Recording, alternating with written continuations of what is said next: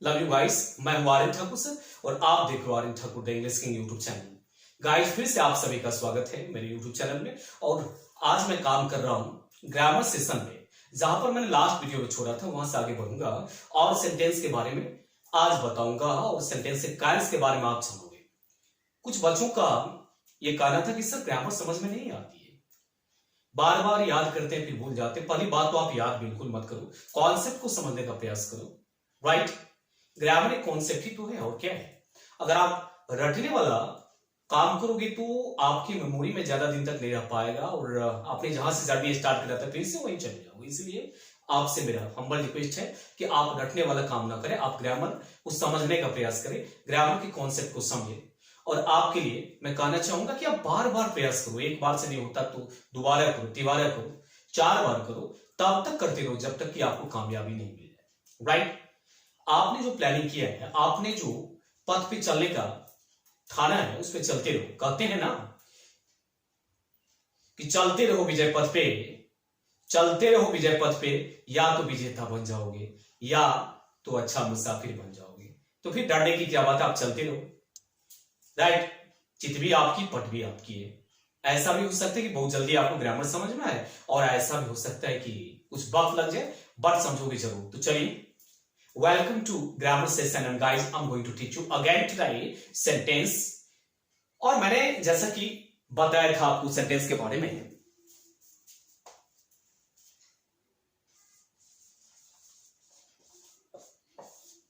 कि ये sentence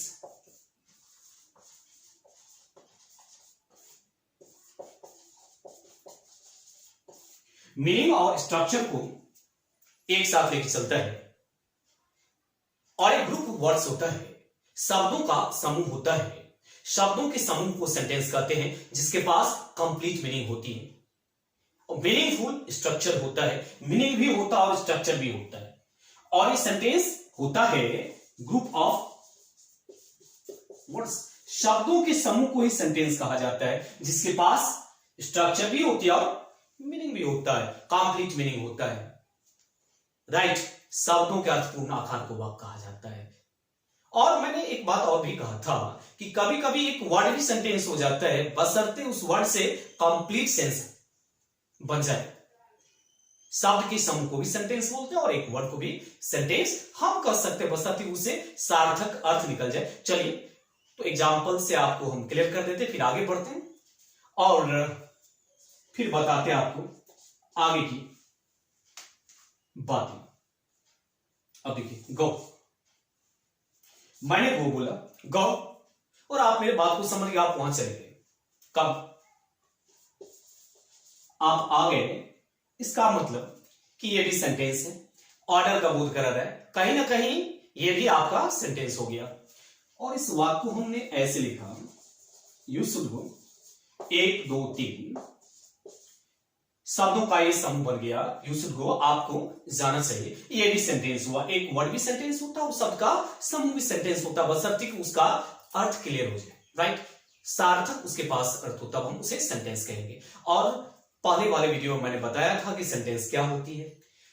right, according to meaning sentence के कितने भेद हैं। ओल्ड ग्रामर में ग्रामरियन ने कितने भागों में इसको बांटा था, मॉडर्न में कितने भागों में बांटा गया, स्टैंडर्ड वे में इसका कौन से पाथ सामने उभर के आया, तो एक एक के ऊपर हम बात करते चलिए। तो आज हम इस वीडियो में चर्चा करेंगे काइंड्स ऑफ सेंटेंस के ऊपर और basically I am going to work on right old opinion. और जो पुराना विचारधारा था जिसके अनुसार सेंटेंस के मैंने 6 भाग बताए थे उसके ऊपर आज काम करने वाला हूं। ठीक है, चलिए आगे बढ़ते हैं और काम करते हैं सेंटेंस के काइंड्स पे अकॉर्डिंग टू मीनिंग। गाइस,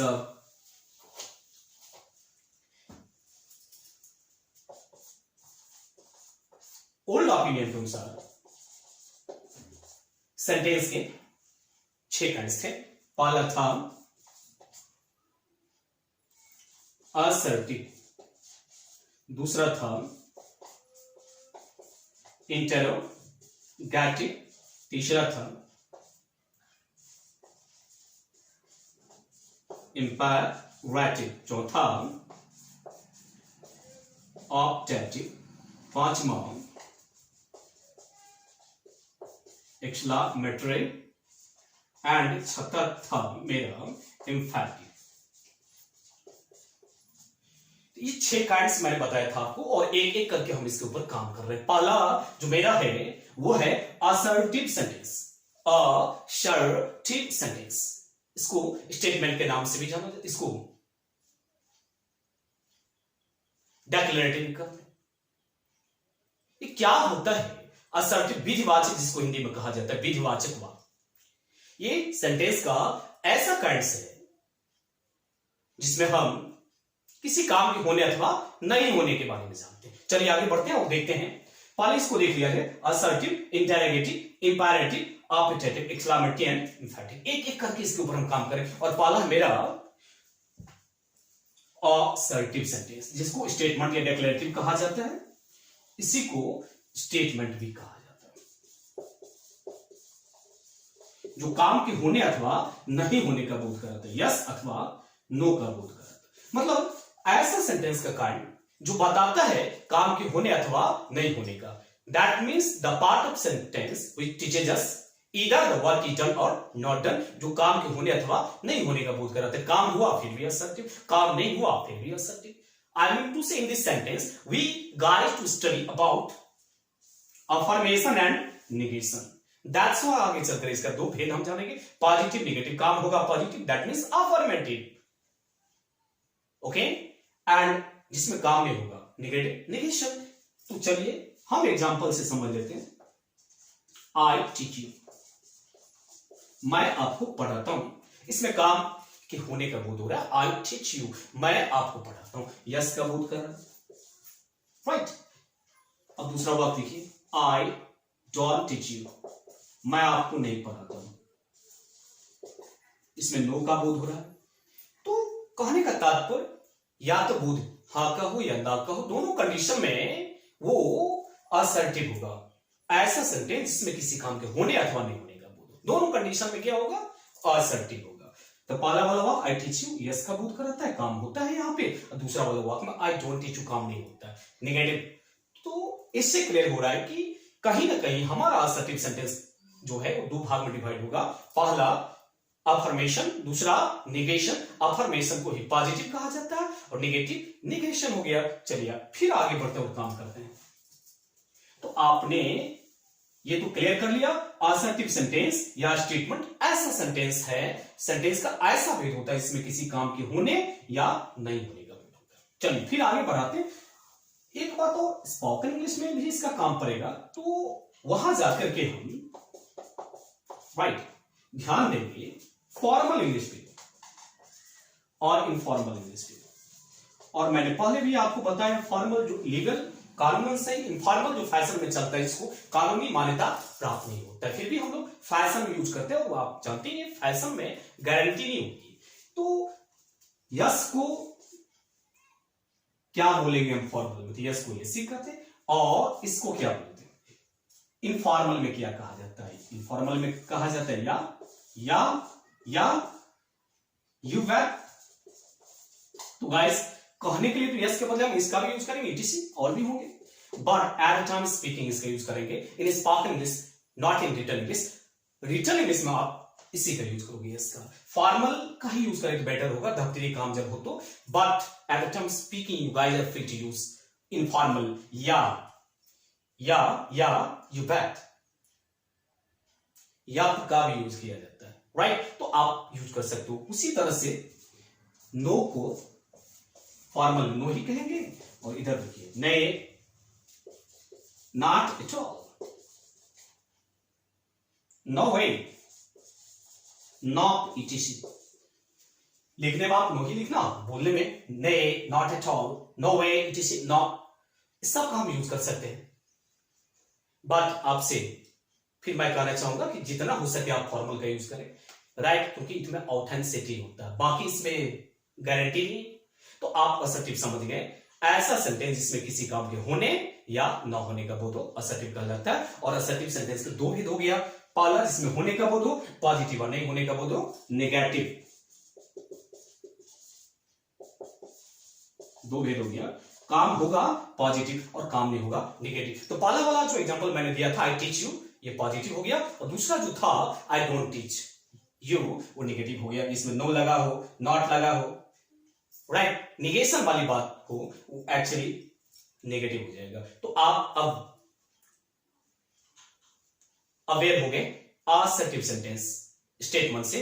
इसके दो भेद हो गया, पॉजिटिव और नेगेटिव। चलिए अगला काइंड्स में आप बढ़ते हैं और बताते हैं आपको अगला काइंड्स के बारे में। तो सेंटेंस का अगला काइंड जो है उसका नाम है interrogative.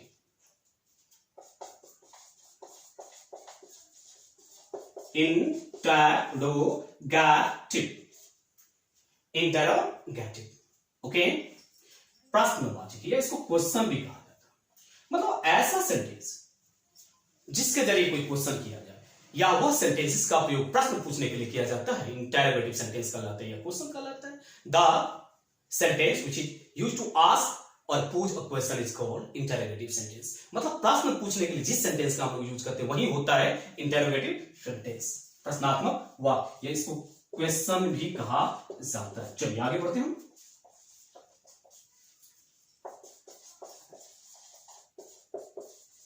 Are you a teacher, क्या आप शिक्षक हैं?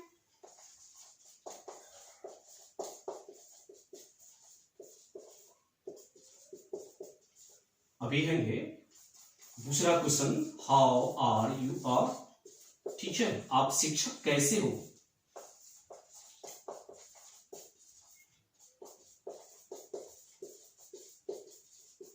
आप शिक्षक कैसे हो? तो एक देखिए इक्वली वर्ब से स्टार्ट हुआ, दूसरा जो वाक्य था मेरा ये WH वर्ड से स्टार्ट हुआ। प्यारे बच्चों, दोस्तों, इसके ऊपर मैं फिर से वीडियो बनाऊंगा जम के, और क्वेश्चन के ऊपर मैं जब वीडियो बनाऊंगा तो आप देखेंगे कि ये जो इंटेरोगेटिव सेंटेंस के बहुत सारे भेद होते हैं।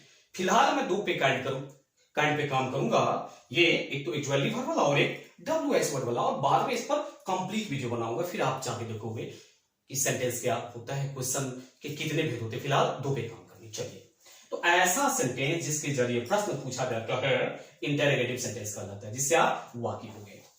और ये दो तरह के होते हैं, जो एक्चुअली वर्ब से स्टार्ट होगा वर्बियल हो गया, वर्बियल इंट्रोगेटिव सेंटेंस, और जो WH वर्ड से स्टार्ट होता है मतलब वो एडवर्ब होता है, एडवर्बियल इंट्रोगेटिव सेंटेंस। तो एक हो गया वर्बियल और दूसरा हो गया एडवर्बियल। तो वर्बियल क्या होता है? स्टार्ट विद एक्चुअली वर्ब,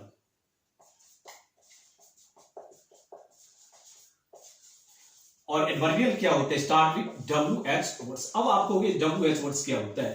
तो जिस शब्द का पहला लेटर या तो W या S से स्टार्ट हो तो WH वर्ड हो जाता है, और जब कभी आपको दिख जाए तो एडवर्बियल हो जाएगा। जैसे व्हाट, देखिए यहां पर पहला, वाई पहला W है, हाउ पहला H है, वेयर पहला W है, दैट्स वाई। ये जो हो गए WH फैमिली हो गए। और WH वर्ड्स या WH फैमिली के किसी भी वर्ड से कोई वाक्य अगर स्टार्ट होता है वो होता है एडवर्बियल, और इक्वली वर्ब जो है उससे जो स्टार्ट होगा वो हो जाएगा आपको वर्बियल। और ये तीन होता है verb to be, verb to do, verb to have. जब मैंने टेंस का वीडियो बनाया था उसमें इसको क्लियर करा था, वर्ब टू बी क्या है, वर्ब टू डू क्या है, वर्ब टू हैव क्या है। तो वर्ब टू बी में आते हैं जमात वाज वर्ड, इसमें आता है डू डज डी, और इसमें आता है हैज हैव है, राइट। तो इसमें से किसी से भी आपका अगर वाक्य स्टार्ट होता है तो verbal, B for verbal, I for interrogative, S for sentence, A for adverbial, I for interrogative, S for sentence. तो verbal interrogative sentence, adverbial interrogative sentence. तो आप समझ गए होंगे इक्वली वर्ब से जब स्टार्ट होगा वाक्य तो वर्बियल, और WH वर्ड से जब वाक्य होगा स्टार्ट तो एडवर्बियल। चलिए आगे बढ़ते हैं और फिर दिखाते हैं आपको एग्जांपल के माध्यम से कौन सा वर्बियल इंट्रोगेटिव सेंटेंस हुआ और कौन सा एडवर्बियल हुआ। Have you a pen? तो सिंपल सी बात है, यहां हैव आ गया, ये verb to have, right, equally verb है, ये वर्बियल हो गया। Can you do this work? तो आप देख रहे हो कैन आ गया, इक्वली वर्ब है, मॉडल वर्ब है, तो ये वर्बियल हो गया, राइट। अब ये रहता हाउ आर यू, ये WH वर्ड आ गया और पहला लेटर एस से स्टार्ट है इसलिए वर्बियल हो गया। Where are you going? तो आप देख रहे हो कि पहला जो लेटर है वो W से स्टार्ट है, पहला वर्ड जो है WH फैमिली का, इसीलिए एडवर्बियल हो गया। तो वर्बियल एडवर्बियल समझ गए होंगे। मैंने क्या बताया कि अगर एक्चुअली वर्ब से स्टार्ट हो तो वर्बियल, और WH वर्ड से स्टार्ट हो तो एडवर्बियल। एक्चुअली वर्ब से स्टार्ट हो तो वर्बियल, और WH वर्ड से स्टार्ट हो तो एडवर्बियल। तो वर्बियल एडवर्बियल हो गया। आगे बढ़ते हैं, आप देखिए ये वीडियो।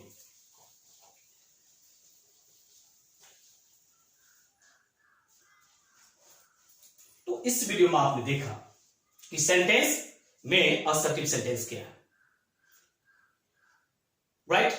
फिर आपने देखा इंटरोगेटिव क्या है। तो असर्टिव भी दो था, पॉजिटिव और नेगेटिव, और इंटरोगेटिव भी दो हो गया, वर्बियल इंटरोगेटिव सेंटेंस और दूसरा एडवर्बियल इंटरोगेटिव सेंटेंस। तो गाइस वीडियो को लंबा नहीं करेंगे, धीरे धीरे हम हर एक काइंड के वीडियो बना देंगे। फिलहाल इतना ही, और अगला वीडियो में हम इंपेरेटिव के बारे में बात करेंगे। वहां से जब इंपेरेटिव में हम एंट्री करेंगे तो आप देखोगे कि उसमें जितने भी टर्म्स कंडीशन आएंगे, हर एक टर्म कंडीशन से एक वीडियो पक्का बनेगा। And you guys feel comfortable there right now. Sentence को फिनिश करते करते you guys will finish English to an extent, एक लेवल तक खत्म कर लोगे। और ग्रामर भी जरूरी है, क्योंकि लैंग्वेज में ग्रामर वर्ड्स का समावेशन होता है। As you know dear students, language is the medium of communication. As far as grammar is concern, that is considered to be the body of the language. और बिना बॉडी का language कहीं का नहीं रहे। That's why to an extent grammar is needed for the language. और grammar session में हम काम कर रहे थे guys. I work today on assertive as well as interrogative, both are the kinds of the sentence। and इससे पहले वाले वीडियो को देख लेंगे आप, जो सेंटेंस के ऊपर बनाया था, उसके बाद इसको देखेंगे आप। you guys feel very very cool there right now। so I wanna stop my lecture। hope to see you in next video। bye।